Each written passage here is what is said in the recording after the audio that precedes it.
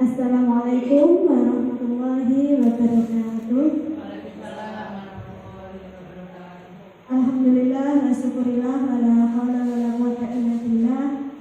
Rabbi shrah li sadri wa yassir li amri wa hlul 'uqdatam min lisani yafqahu qawli. Amin. Kepada yang terhormat Bapak Kepala SDN Sidokumpul 1, kepada yang terhormat Bapak Ibu Dewan Guru SDN Sidokumpul 1,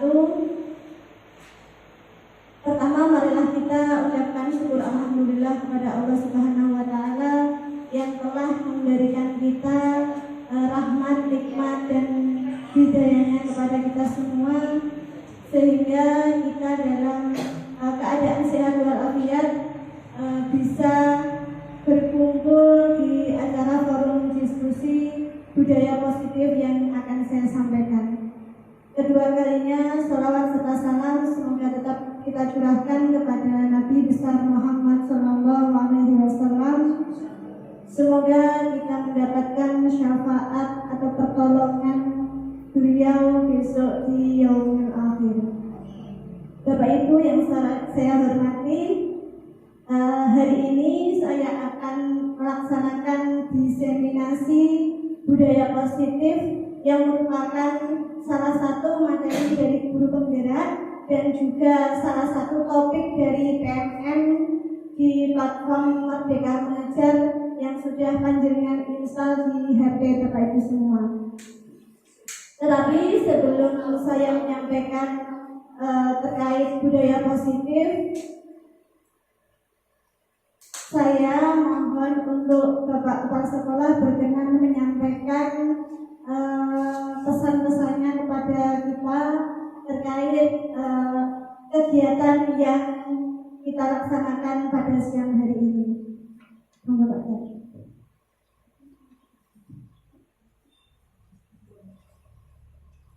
Assalamualaikum warahmatullahi wabarakatuh. Bismillahirrahmanirrahim. Alhamdulillah.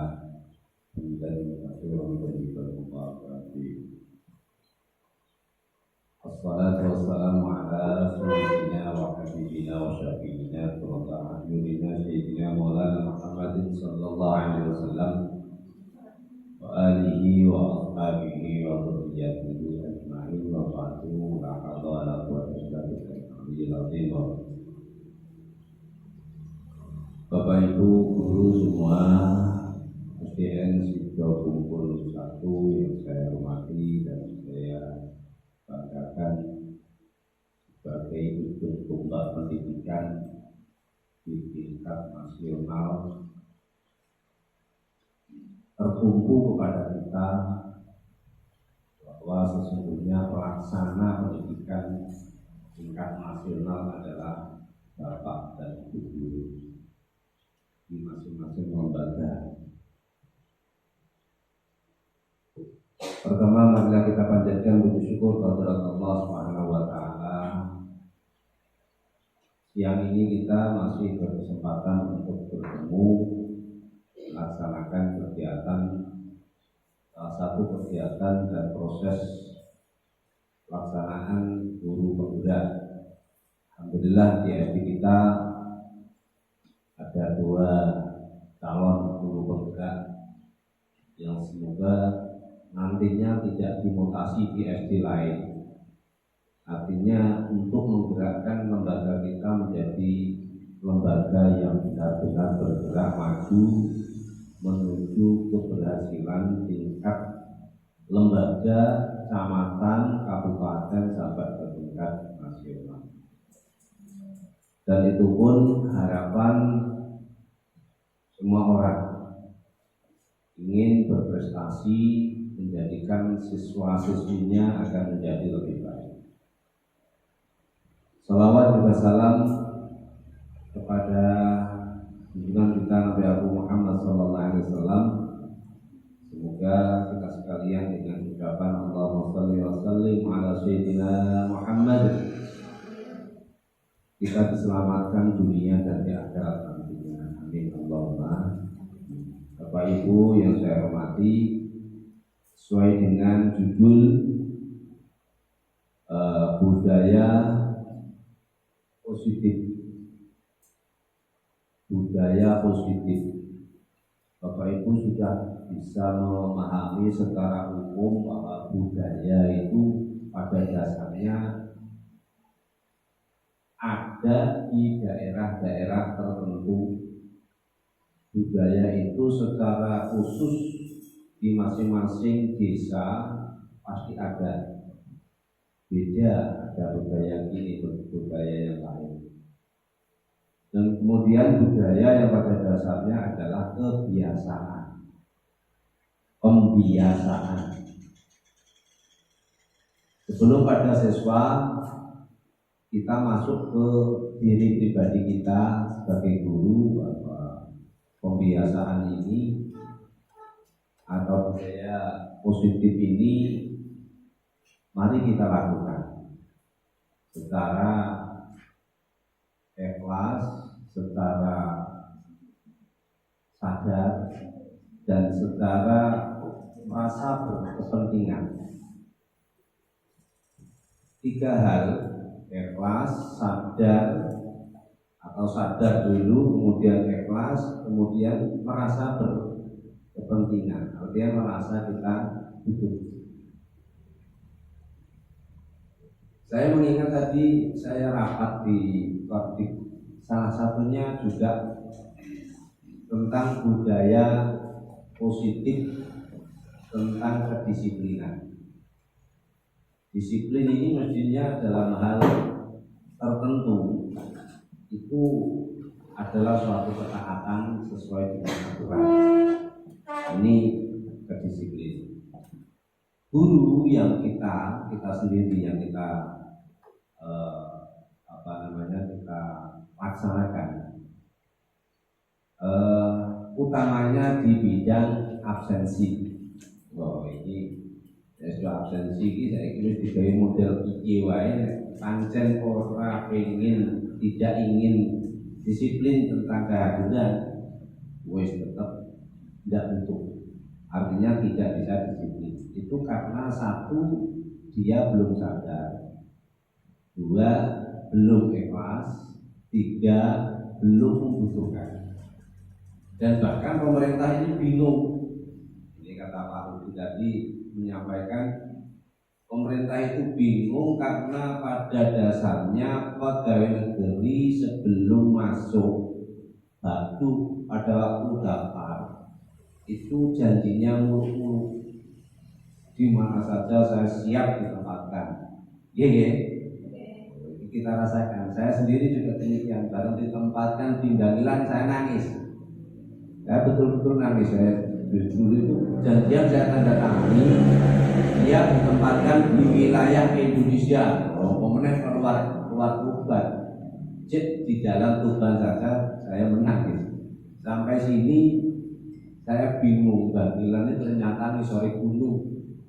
Pertama saya keliling dari sama Onco sana ke sini kok lewat pegunungan terus sampai sini.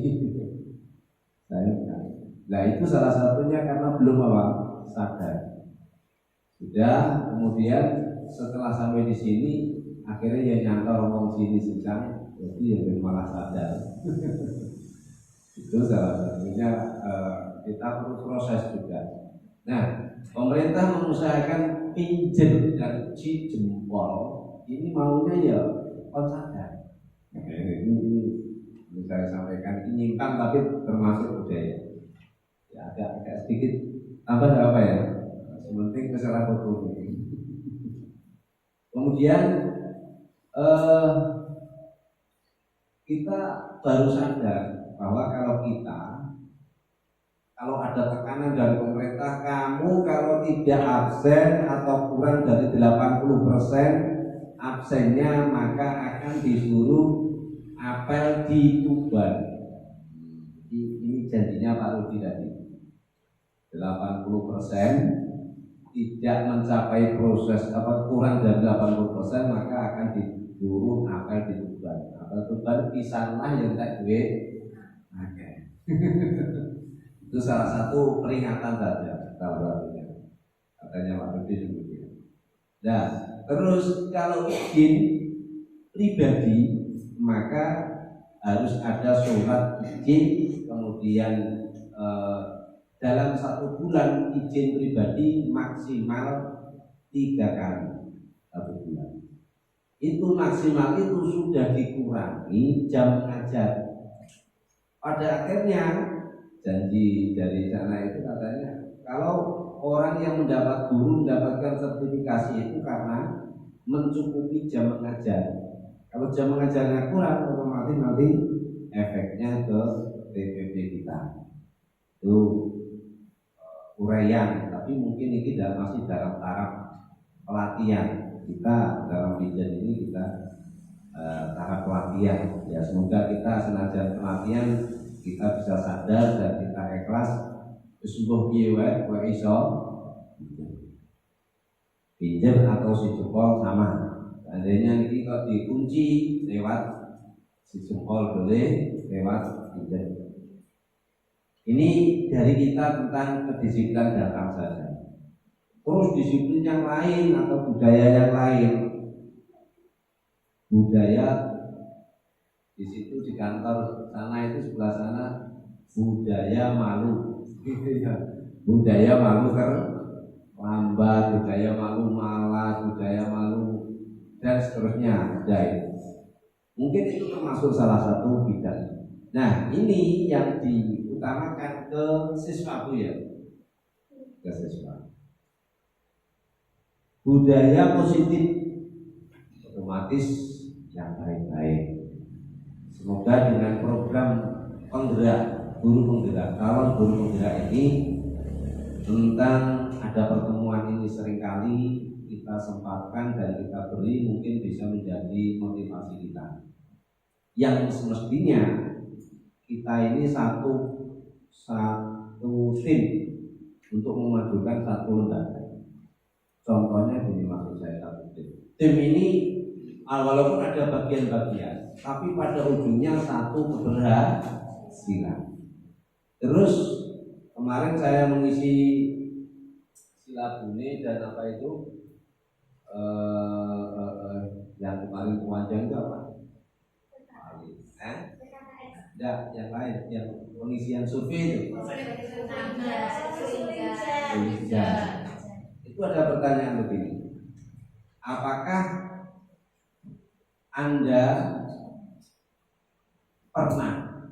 Anda pernah melakukan membimbing guru untuk menyampaikan pendapat tentang solusi siswa yang titik-titik, yang malas, yang nakal, yang dan sebagainya, yang sulit belajar? Kemudian apa tak isi tidak pernah ya sekarang ya pernah. Itu salah satunya. Artinya begini, mestinya kita punya program. Saya pernah ditatar di Jakarta itu salah satu materinya. Setiap 1 minggu ada kumpulan, ada kesulitan apa di lembaga kita. Dengan ekonomi ya roda abot. Kalau tapi karena kebiasaan, insya Allah nanti kita bisa. Nah, tentang positif atau budaya kebiasaan yang kita rencanakan ini nanti akan diselesaikan, akan dijelaskan oleh Bu Ina secara lengkap, dan saya berharap kepada Bapak Guru untuk mendukung dan kalau bisa melaksanakan sesuai dengan kriteria yang ada sehingga lembaga kita benar-benar punya budaya positif. Di antaranya adalah budaya sholat duha.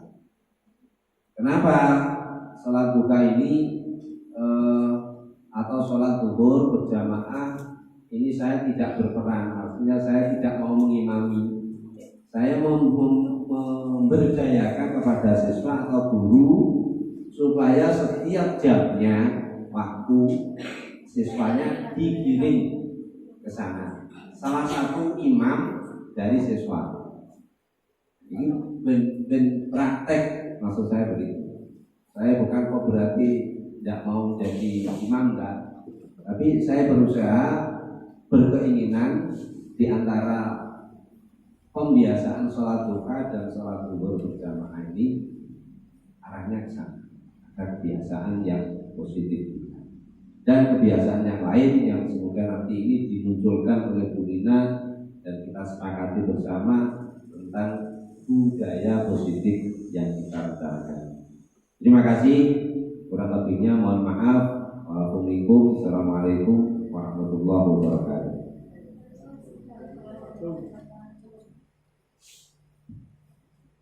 Terima kasih kepada Bapak Kepala Sekolah. Saya sampaikan, Bapak Ibu, setelah tadi pengantar dari Bapak Kepala Sekolah untuk kegiatan kita pada siang hari ini, saya akan memulai untuk memaparkan terkait materi yang sudah saya buat tentang budaya positif.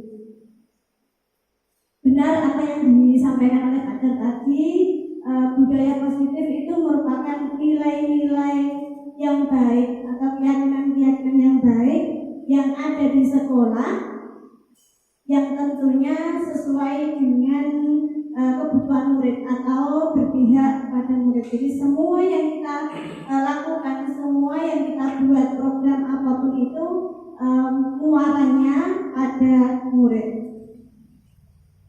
Tujuan pembelajaran pada siang hari ini adalah yang pertama, kita nanti akan belajar tentang perubahan paradigma belajar, disiplin positif, kebutuhan dasar, teori motivasi, hukuman, penghargaan dan restitusi, posisi, kontrol restitusi, keyakinan kelas, dan segitiga restitusi. Nanti mungkin ada beberapa istilah yang mungkin baru untuk Bapak Ibu semua, nanti akan saya jelaskan. Yang pertama adalah perubahan paradigma. Di sini ada sebuah cerita Bapak Ibu, silahkan dibaca, dan nanti akan kita ulas terkait dengan cerita yang ada di layar ini. Ada A dan B, Anda dan teman Anda. Sobeklah setarik kertas kecil, tuliskan benda atau sesuatu yang sangat berharga untuk Anda, letakkan di salah satu tangan Anda dan genggamlah sekuat-kuatnya. Buatlah sebuah kepala. Teman Anda akan mencoba dengan sekuat tenaga untuk membuka kepala tangan Anda. Boleh menggunakan berbagai macam cara, membujuk, mengancam, menghardik, merayu, menyuap, dan lain sebagainya. Cara yang digunakan teman Anda untuk membuka tangan Anda. Dari paradigma ini kita belajar Bapak Ibu, siapa yang bisa mengontrol diri kita sendiri kalau tidak kita sendiri. Sekuat apapun motivasi dari luar, kalau kita tidak berkenan untuk membuka kepala tangan tadi, apakah bisa terbuka? Tidak, ya, tidak akan terbuka. Walaupun usaha yang diberikan teman Anda itu sekedarnya, tetapi kalau Anda ingin membukanya, pasti kepala Anda akan terbuka. Jadi teori kontrol adalah seperti itu Bapak Ibu, perubahan paradigma. Di sini saya sampaikan perubahan paradigma dari stimulus respon ke teori kontrol. Nah ini nanti yang akan kita aplikasikan kepada anak-anak di lembaga kita. Awalnya kebutuhan kita sama, kita menganggap kalau kebutuhan kita sama. Ternyata kebutuhan kita berbeda. Semua orang melihat hal yang sama. Jadi kita dengan murid kita, ketika kita mau memberikan suatu materi, kita menganggap bahwa pandangan murid kita harus sama dengan kita. Kalau tidak sama, pada umumnya kita akan emosi sendiri. Ya seperti saya kalau misalkan mengajarkan matematika dan dia belum bisa, pasti akan tidak sesuai dengan apa yang kita ekspektasikan. Kita mencoba mengubah orang agar berpandangan sama dengan kita. Nyatanya kita berusaha memahami pandangan orang lain tentang dunia. Perilaku buruk dilihat sebagai suatu kesalahan. Semua perilaku memiliki tujuan. Bahkan untuk murid yang melakukan tindakan yang tidak sesuai peraturan misalnya, dia pasti punya alasan tertentu kenapa dia melakukan hal seperti itu. Orang lain bisa mengontrol saya, hanya Anda yang bisa mengontrol diri Anda. Ini merupakan contoh dari cerita yang tadi sebelumnya yang sudah kita baca. Pemaksaan ada pada saat rujukan gagal. Kolaborasi dan konsensus menciptakan pilihan-pilihan baru. Model berpikir menang kalah. Kalau stimulus respon itu saya menang, kamu kalah. Tapi kalau di teori kontrol kita berpikir menang-menang atau salah-salah. Jadi tidak ada yang menang dan tidak ada yang salah. Baik, seperti yang tadi disampaikan Pak Dar bahwa disiplin itu seharusnya memang diri kita harus mendisiplinkan diri kita sendiri. Tujuan saya sadar di sini saya memang belum bersikap disiplin sebagaimana dengan aturan yang ada. Tetapi tujuan saya seperti ikut guru penggerak itu salah satunya adalah merubah kebiasaan-kebiasaan buruk yang nantinya bisa berdampak pada murid-murid. Menurut Ki Hajar Dewantara, di mana ada kemerdekaan, disitulah ada disiplin yang kuat. Sesungguhnya disiplin itu bersifat self-disiplin atau disiplin diri. Ketika kita tidak bisa mendisiplinkan diri kita, maka kekuasaan lain akan mendisiplinkan kita. Penguasa lain mendisiplinkan diri kita. Nah, dan peraturan demikian itulah harus ada dalam suasana yang merdeka. Merdeka di sini menurut Ki Hajar Dewantara adalah tidak hanya terlepas dari perintah seperti merdekanya Indonesia dijajah, tidak, tetapi juga cakap buat memerintah diri sendiri. Jadi cakap untuk memerintah diri sendiri, mengatur diri sendiri. Pada umumnya kita mengartikan disiplin itu adalah sesuatu yang dilakukan seseorang pada orang lain untuk mendapatkan kepatuhan. Jadi disiplin itu pada umumnya kita hubungkan dengan sebuah peraturan yang kemudian dilanggar, akhirnya kita menjustifikasi orang tersebut untuk tidak disiplin, ya, untuk tidak mematuhi aturan. Kita cenderung menghubungkan kata disiplin dengan ketidaknyamanan, bukan dengan apa yang kita hargai atau kita yakini. Berikut ini adalah teori motivasi perilaku manusia. Jadi manusia itu ketika berperilaku pasti ada motivasinya. Kenapa kok sampai murid tersebut melakukan A? Mengapa kok sampai melakukan B? Pasti ada alasannya. Yang pertama adalah menghindari ketidaknyamanan.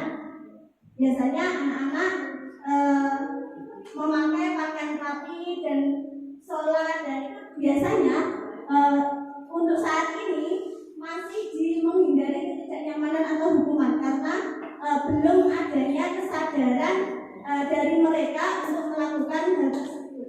Ini termasuk motivasi eksternal, jadi motivasi dari luar yang digunakan untuk alasan melakukan sesuatu. Contoh misalnya nih, kalau kelas 4 itu kalau tidak saya dampingi waktu sholat duha, pasti dia akan sholat duha dengan seenaknya karena motivasinya baru sampai di menghindari ketidaknyamanan atau hukuman atau motivasi eksternal. Yang kedua adalah untuk mendapatkan imbalan dari orang lain.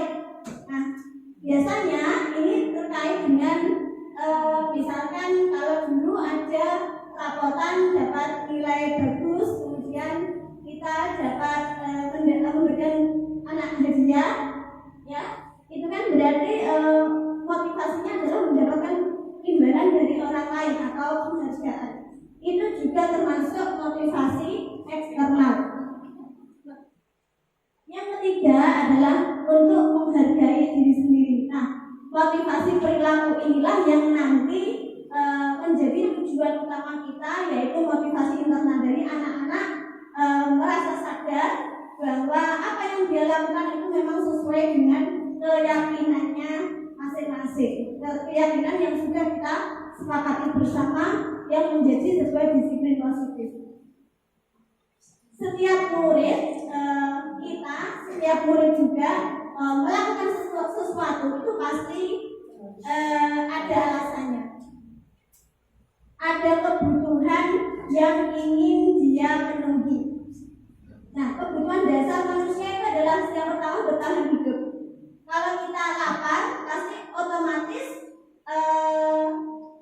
otak kita memerintahkan untuk mencari makan, ya, untuk mencari makan. Ketika kita haus, kita mencari minum. Itu sudah kebutuhan dasar manusia, yaitu bertahan hidup. Yang kedua adalah cinta dan kasih sayang.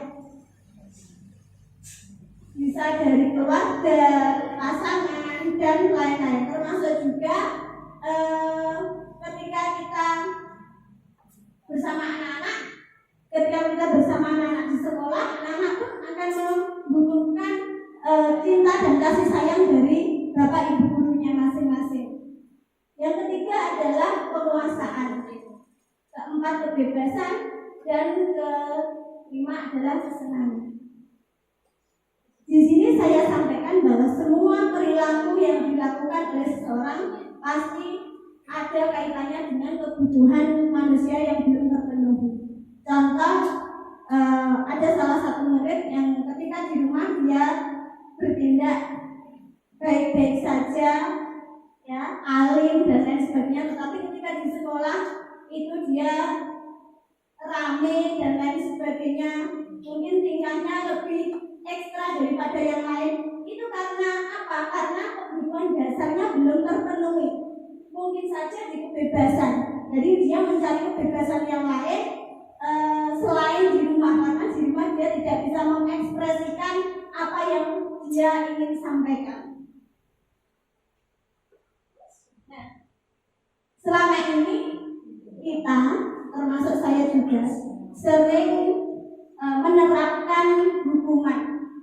Padahal saat ini hukuman ini seharusnya sudah dihilangkan dan bisa diganti dengan konsekuensi. Hukuman ini, kira-kira Bapak Ibu pernah menghukum murid-muridnya enggak? Pernah, ya. Sama saya juga pernah. Bahkan dulu malah saya yang menjadi promotor untuk menghukum ketika tidak sesuai dengan aturan yang ada di sekolah. Hukuman dan konsekuensi beda apa sama Bapak? Bedanya, kalau hukuman itu tidak terencana tiba-tiba. Misalkan dulu saya juga pernah memanggil anak-anak yang tidak ikut pramuka pada waktu ekstra. Ini loh upacara. Yang tidak ikut pramuka silakan maju ke depan. Nah, itu kan tiba-tiba, tidak terencana. Murid tidak tahu apa yang akan terjadi. Wah, aku diapakan ya. Jadi juga nggak tahu mau diapakan. Murid hanya menerima hukuman tanpa ada kesepakatan atau penghargaan. Bahkan seringkali kita lakukan tidak mau menerima alasan yang murid berikan. Kemarin saya gini, sudah tidak ada alasan-alasan. Nah, seperti itu. Hukuman bisa berupa hukuman fisik maupun psikis. Kalau fisik biasanya terkait dengan badan, dan kemudian psikis ini kadang kita yang memberikan ucapan yang bisa menyinggung perasaan anak-anak. Padahal hal itu juga termasuk bullying. Secara tidak sadar, bullying itu tidak hanya dilakukan oleh anak-anak kepada temannya.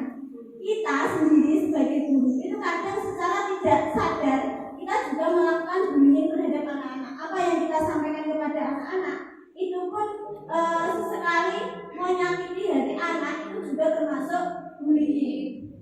Nah, hukuman ini untuk saat ini kalau memang masih ada ya, kita mulai tinggalkan sedikit walaupun tidak langsung bisa sepenuhnya kita kerjakan. Kita ganti dengan yang namanya konsekuensi.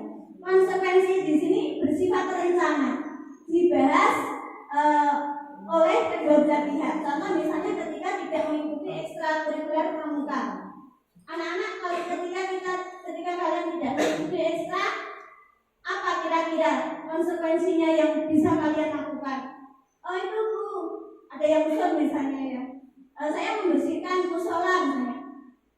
Usulan itu berasal dari anak dan dari guru sama-sama mengetahui apa yang akan terjadi ketika dia tidak melakukan ekstra. Nah itu adalah konsekuensi. Jadi kedua belah pihak itu tahu konsekuensi tetap membuat peserta didik tidak nyaman dalam jangka waktu yang pendek. Tetap adanya. Nah itulah yang sebenarnya mulai saat ini harus ditinggalkan, walaupun tidak langsung bisa sepenuhnya, tapi mulai digeser ke pendidikan yang berpihak pada murid. Nah, menurut Bapak Ibu, penghargaan itu sama tidak dengan hukuman secara hasil?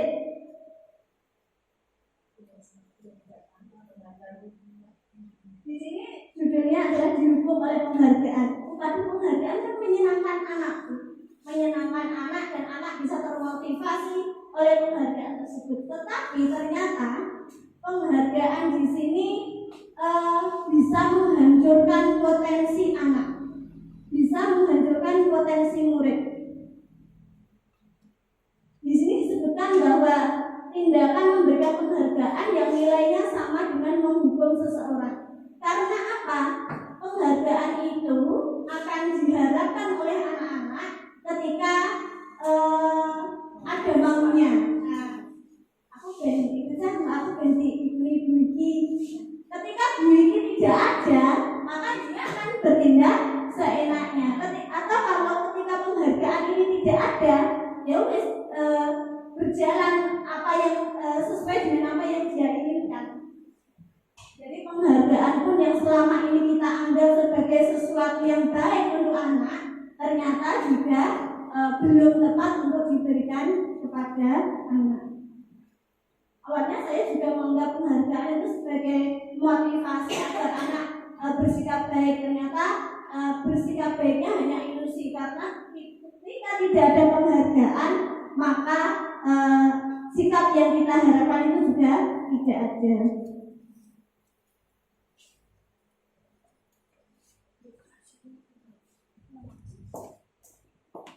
Selanjutnya kita akan membahas tentang keyakinan, Bapak Ibu. Keyakinan. Kenapa harus keyakinan? Kenapa bukan peraturan? Kenapa harus keyakinan dan tidak peraturan? Sekarang ini dari peraturan itu digeser ke keyakinan. Kalau peraturan, bedanya ya, kalau peraturan itu selalu contohnya selalu kembalikan buku itu ke tempatnya, itu peraturan. Tetapi kalau keyakinan, tanggung jawab. Nah, penanaman itulah yang nanti dalam budaya positif ini kita terapkan kepada murid-murid. Dilarang mengganggu orang lain. Keyakinannya menghormati orang lain. Hadir di sekolah 15 menit sebelum pembelajaran dimulai. Itu peraturan. Keyakinannya apa? Menghormati orang lain atau berkomitmen. Dilarang melakukan kekerasan. Keselamatan, menghormati orang lain. Jadi kalau peraturan itu lebih ke arah larangan atau keharusan. Tapi kalau keyakinan ini lebih menyentuh ke ke hati dan pikiran. Seperti yang dilakukan menggunakan narkoba, dilarang menggunakan narkoba. Keyakinan kita adalah tentang kesehatan. Kalau aku menggunakan narkoba, ya berarti saya sama saja dengan mempertaruhkan kesehatan. Bergantian atau menunggu giliran, menghormati orang lain dan bersabar. Kenapa harus keyakinan dan tidak peraturan? Nilai-nilai keselamatan dan kesehatan inilah yang kita sebut dengan suatu keyakinan. nilai-nilai kebajikan universal yang disepakati secara tersirat dan tersurat lepas dari latar belakang suku negara, bahasa maupun agama yang kita yakini sebagai kebajikan universal. Kebajikan universal itu apa sih? Kebajikan universal itu kebaikan yang secara umum diakui oleh orang lain. Mencuri itu kan tindakan yang tidak baik ya. Tapi kalau menolong orang lain itu kan kebajikan universal yang disepakati oleh banyak orang, bahkan semua orang, bahwa menolong orang lain itu adalah hal yang baik. Nah, sekarang adalah 5 posisi kontrol restitusi. Jadi posisi kontrol restitusi ini adalah tindakan yang kita lakukan ketika kita menangani sebuah masalah dari murid. Guru itu bisa bertindak sebagai apa saja toh? Yang pertama sebagai penghukum, sebagai pembuat rasa bersalah, sebagai teman, sebagai pemantau, sebagai manajer.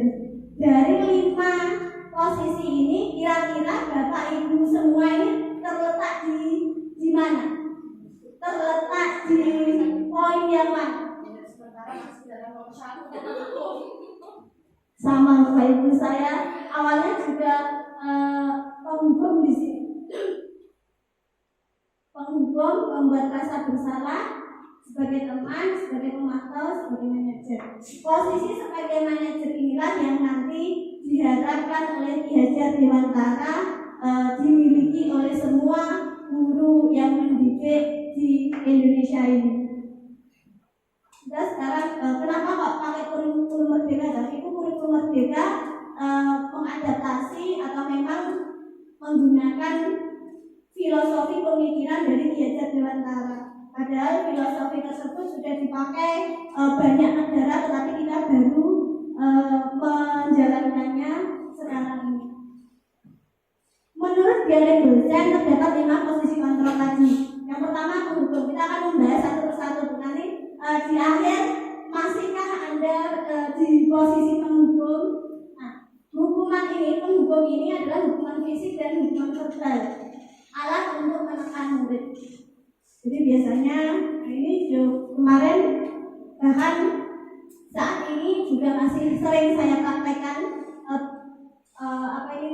posisi penghukum di sini. Efeknya apa untuk murid? Murid itu akan menjadi marah. Sebenarnya marah karena takut dengan kita, maka marahnya itu tidak akan ditampakkan Bapak Ibu. Ditampakkan dengan teman yang lain. Ya, aku dihukum marah dia, dendam, bersifat agresif. Tidak menutup kemungkinan dia akan melakukan balas dendam. Mungkin kalau di tingkat sekolah dasar belumlah seperti ini kan tidak ada ya Kak. Mungkin ada hanya beberapa dari sekian banyak kasus.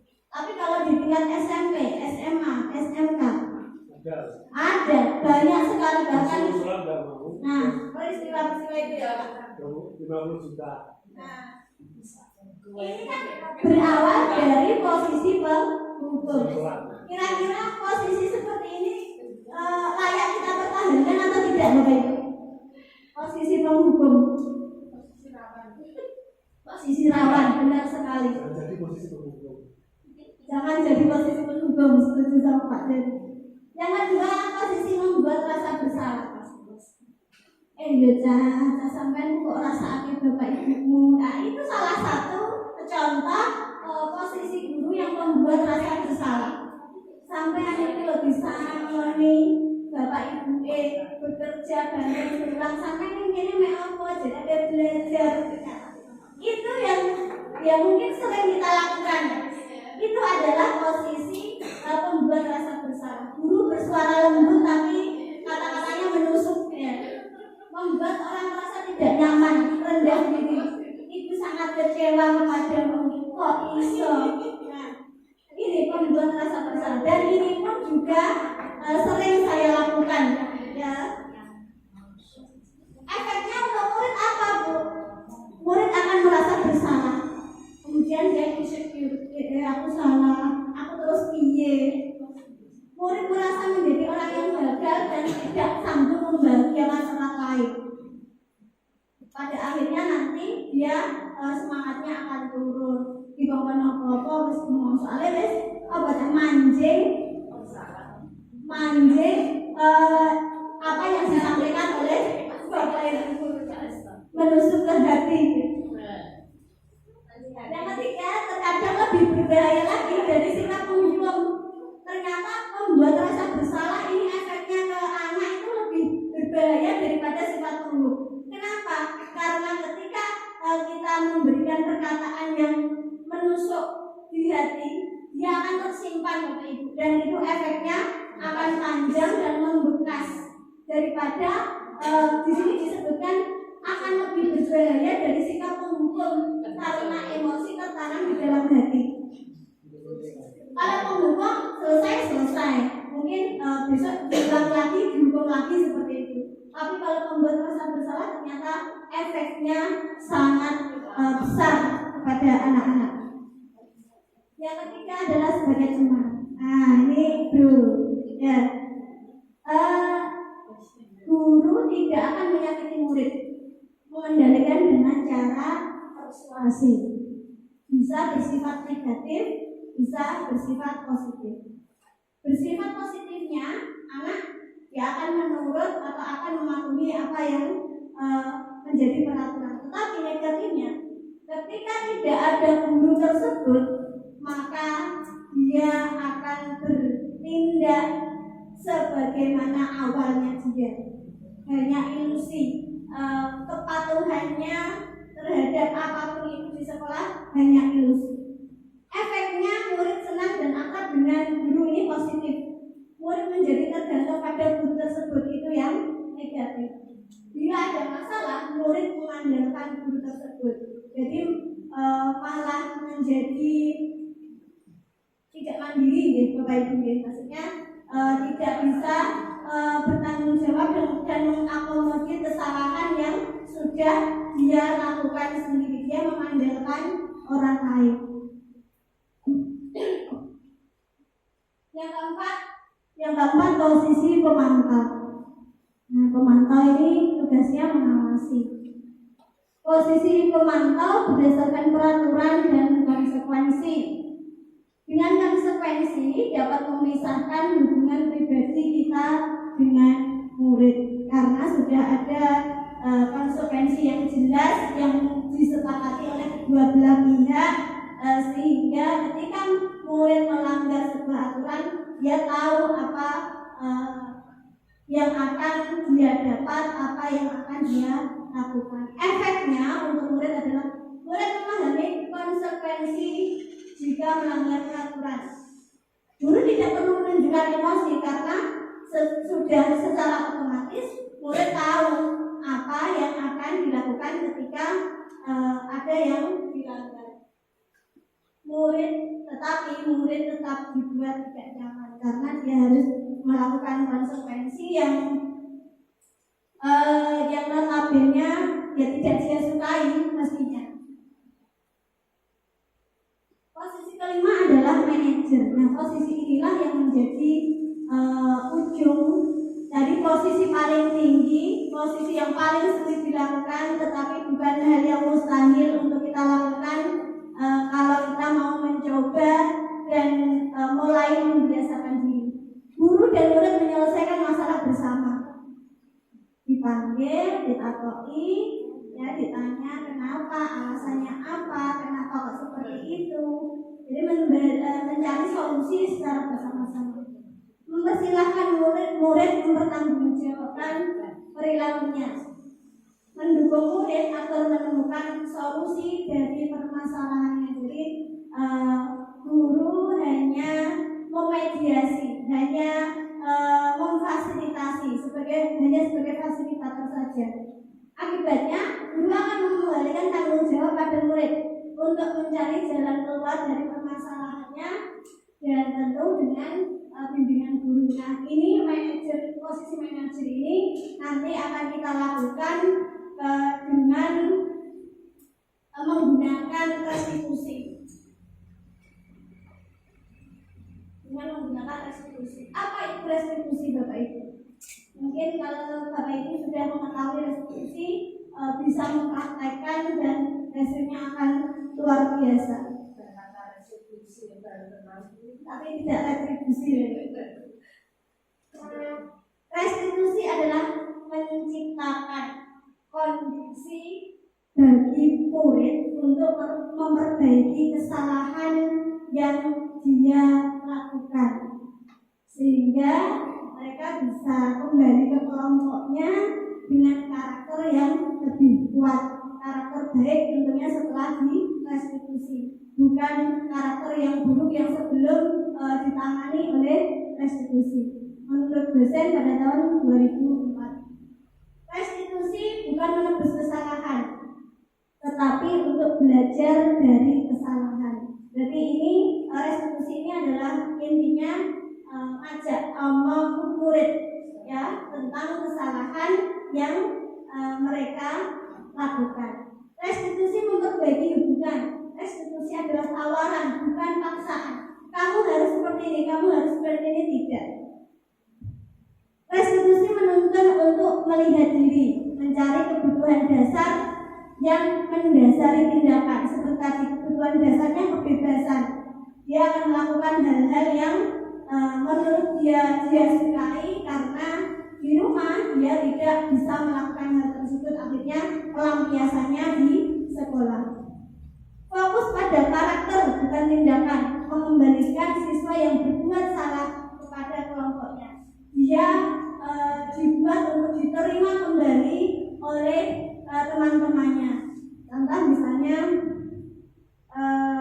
bertengkar, si A dan si B bertengkar. Si B direstitusi, kemudian setelah melakukan tanya jawab dengan Bapak Ibu guru, dia akan kembali dengan keyakinan yang disepakati bersama, kembali ke keyakinan kelasnya masing-masing, bahwa misalnya saling menghargai, tidak boleh mengejek satu dengan yang lain. Ini adalah restitusi. Praktek segitiga restitusi. Jadi ketika ada murid yang melakukan kesalahan, diselesaikan dengan yang namanya segitiga restitusi. Tahap-tahapannya, anak dipanggil, kemudian ditanya kenapa, ada masalah apa.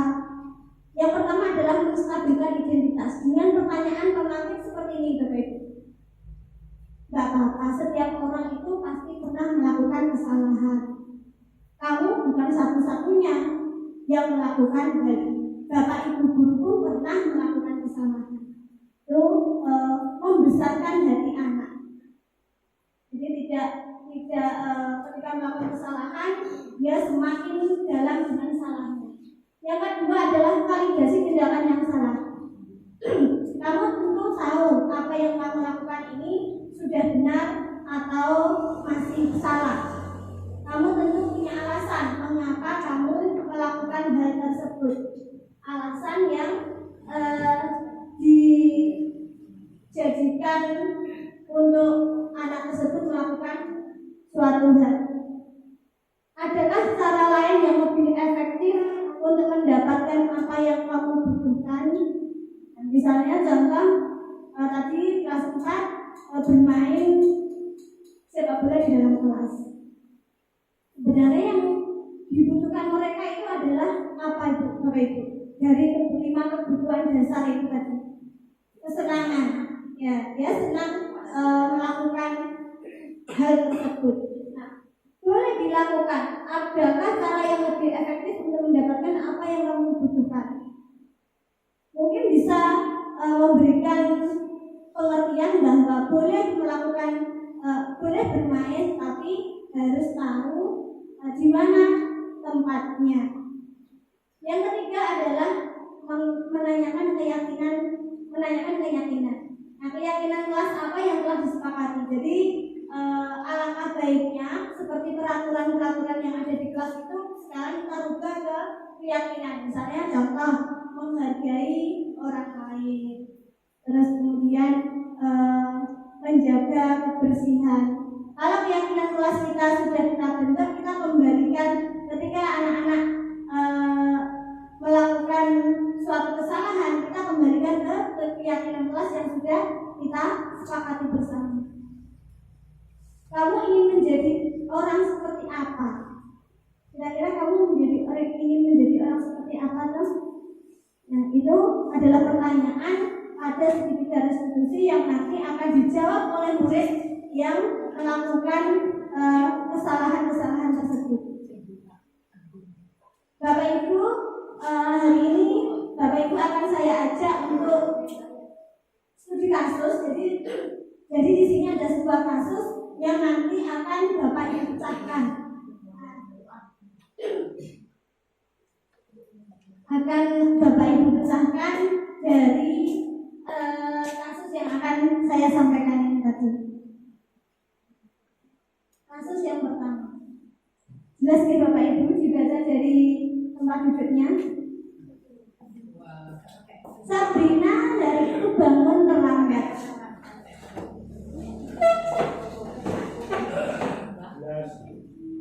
Jelas terus.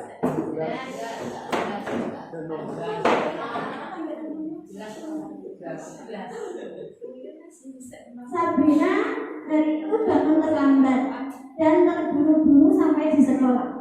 Dia pun akhirnya sampai di gerbang sekolah, tapi baru menyadari bahwa kalau tidak menggunakan sepatu hitam seperti tertera di peraturan sekolah. Di depan pintu kelas, Bapak Lukman memperhatikan sepatu Sabrina yang berwarna coklat. Sabrina berusaha menjelaskan bahwa dia terburu-buru dan salah menggunakan sepatu. Pak Lukman menanyakan Sabrina, apa peraturan sekolah tentang seragam warna sepatu? Sabrina menjawab, sudah mengetahui sepatu harus berwarna hitam. Namun karena terburu-buru dan salah mengenakan sepatu, selain tidak mungkin kembali pulang karena rumahnya jauh sekali, Pak Lukman tetap bersikeras pada peraturan yang berlaku dan mengatakan, ya sudah, kamu sudah melanggar peraturan sekolah, kamu salah, sudah terlambat, salah pula warna sepatunya. Segera buka sepatu kalau tidak bisa mengenakan warna sepatu sesuai peraturan. Dari kasus ini tadi Bapak Ibu, Sabrina yang terburu-buru bangun kesiangan, terburu-buru berangkat sekolah dan sepatunya ternyata tidak hitam yang dia pakai, dan sesampainya di sekolah berjumpalah dia dengan Bapak Lukman memberikan hukuman kepada Sabrina. Memberikan Pak Lukman melakukan sesuatu pada Sabrina. Sabrina meminta maaf dan memohon kembali kepada Pak Lukman agar tetap dapat mengenakan sepatunya dan berjanji tidak akan mengulangi kesalahannya. Namun Pak Lukman tidak mau. Jika kamu telah melanggar peraturan sekolah, kalau tidak sanggup ambil sepatu di rumah atau diantarkan sepatu ke sekolah, ya sudah, kamu tidak bersepatu saja seharian di sekolah. Sekarang copot sepatumu dan silakan belajar tanpa sepatu seharian. Sabrina pun dengan berat hati mencopot sepatunya dan memberikannya kepada Pak Lukman. Seharian dia tidak berani berkeliling sekolah karena malu dan lebih banyak berdiam diri di kelas tanpa alas sepatu. Dari kasus ini kita akan menganalisis topik. Lakukan analisis dan jawablah pertanyaan ini. Yang pertama, dalam kasus di atas, sikap posisi apakah yang diambil oleh Pak Lukman?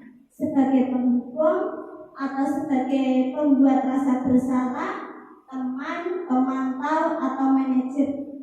Kira-kira posisinya yang mana Bapak Ibu? Penghukum.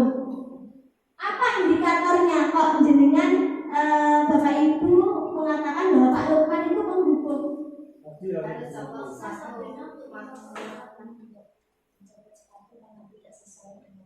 sesuai dengan aturan. Berarti Pak Lukman Dan tidak bisa menolerir anak. oke.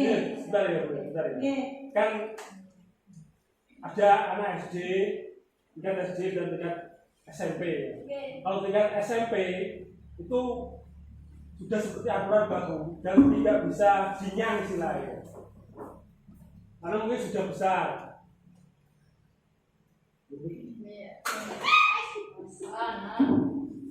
Ya, sepertinya kalau itu berapa di SMP mungkin sesuai karena SMP itu sudah aturan baku. Karena mungkin anaknya tadi sudah rata-rata sudah besar, bilang ini sudah tahu ya. Nah, di sana.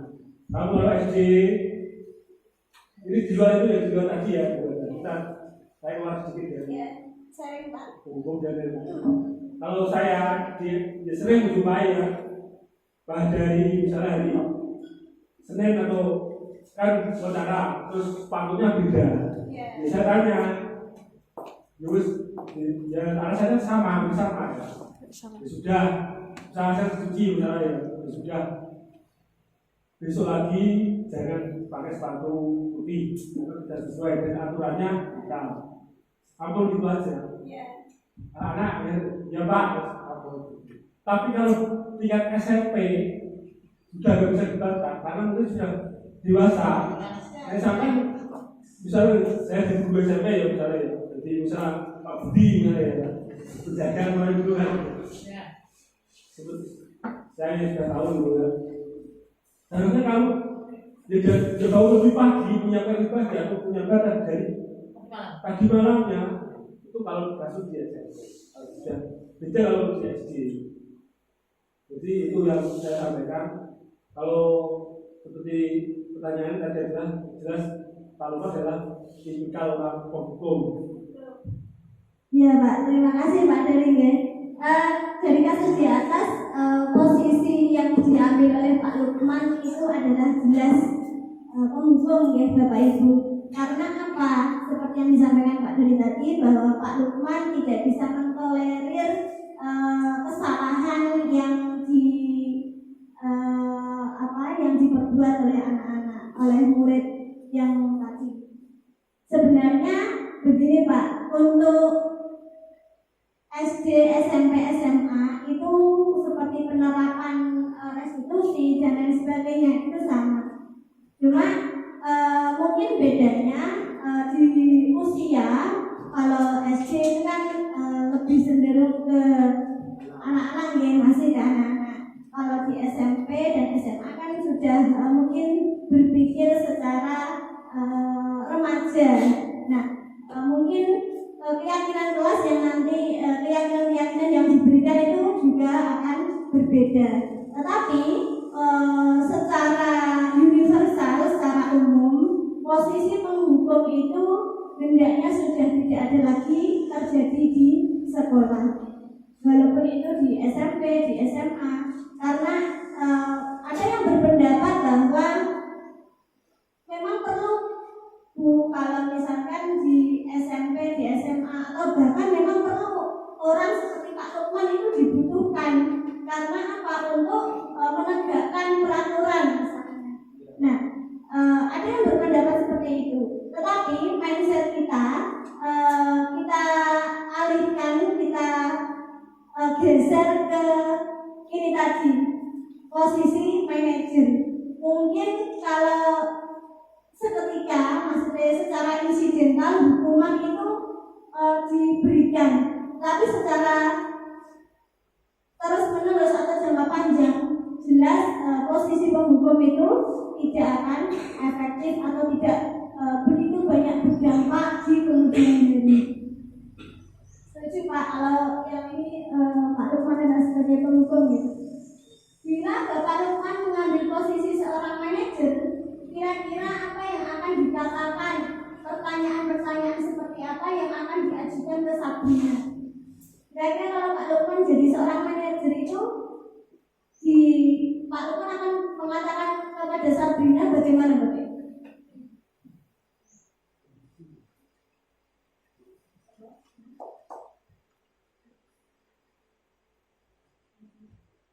Silakan. Ya, silakan Sabrina.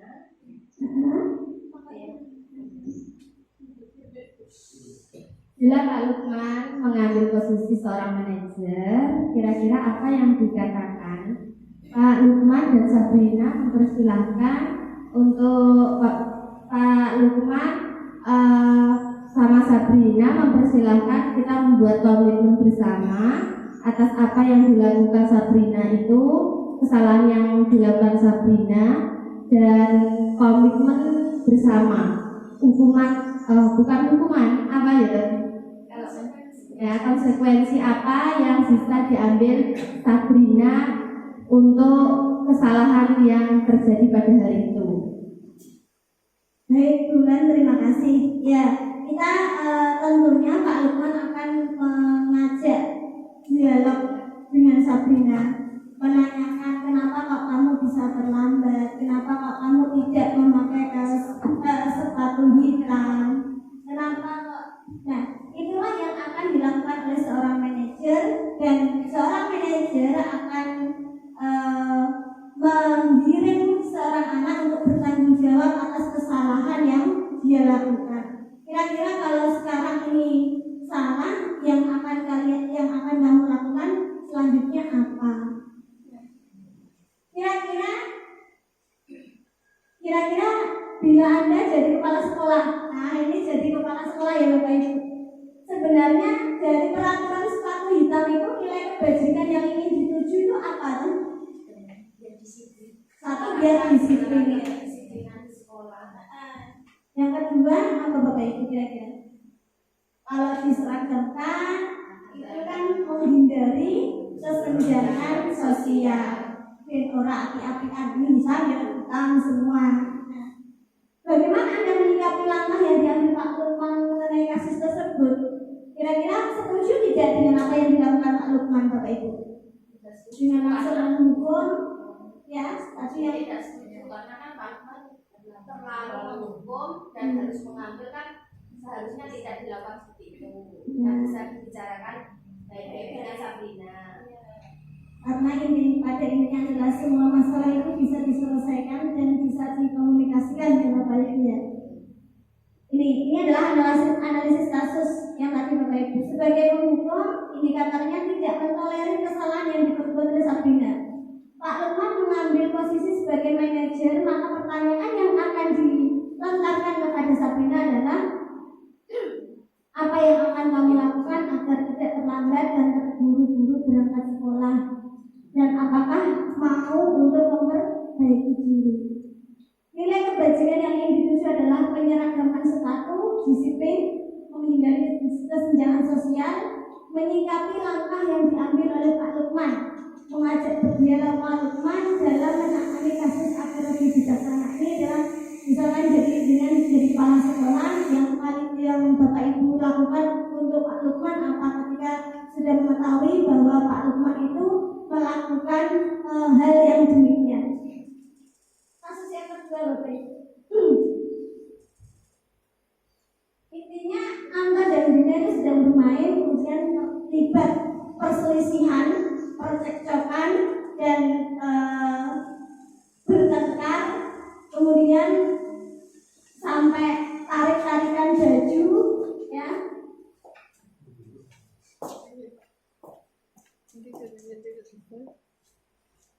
Kemejanya Anto sampai terlepas, kancingnya 3. Ini yang berperan adalah Ibu Siti.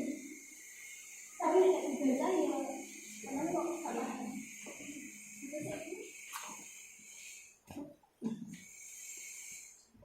Silakan di.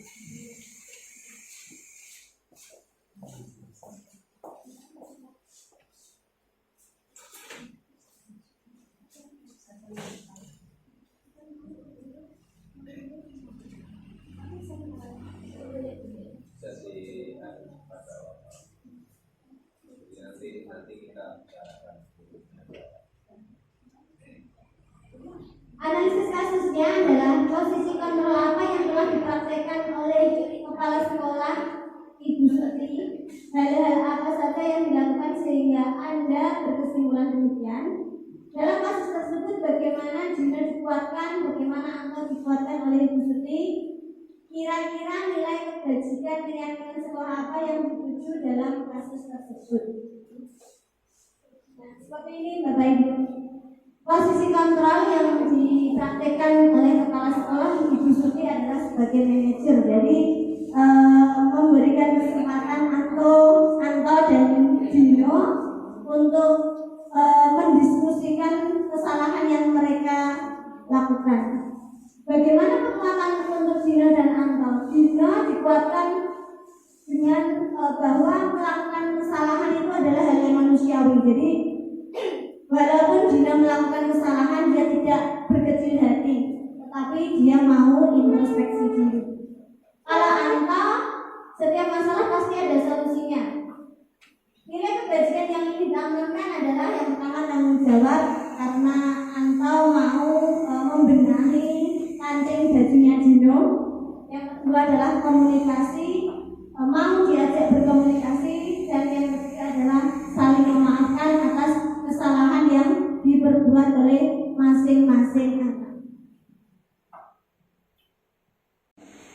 Baik Bapak Ibu, kita sampai pada kesimpulan pada kegiatan kita siang hari ini. Yang pertama adalah disiplin diri dapat membuat seorang menggali potensinya menuju kepada sebuah tujuan, sesuatu yang dihargai dan bermakna. Yang kedua, pendidikan yang hamba pada murid. Yang ketiga adalah disiplin diri juga mempelajari bagaimana cara kita mengontrol diri dan bagaimana menguasai diri untuk memilih tindakan yang mengacu pada nilai-nilai yang kita hargai. Bapak Ibu, demikian tadi diseminasi budaya positif yang saya dapat dapatkan. Semoga bisa memberikan manfaat bagi kita semua, khususnya di lembaga kita tercinta ini. Akhirul kalam, wassalamualaikum warahmatullahi wabarakatuh.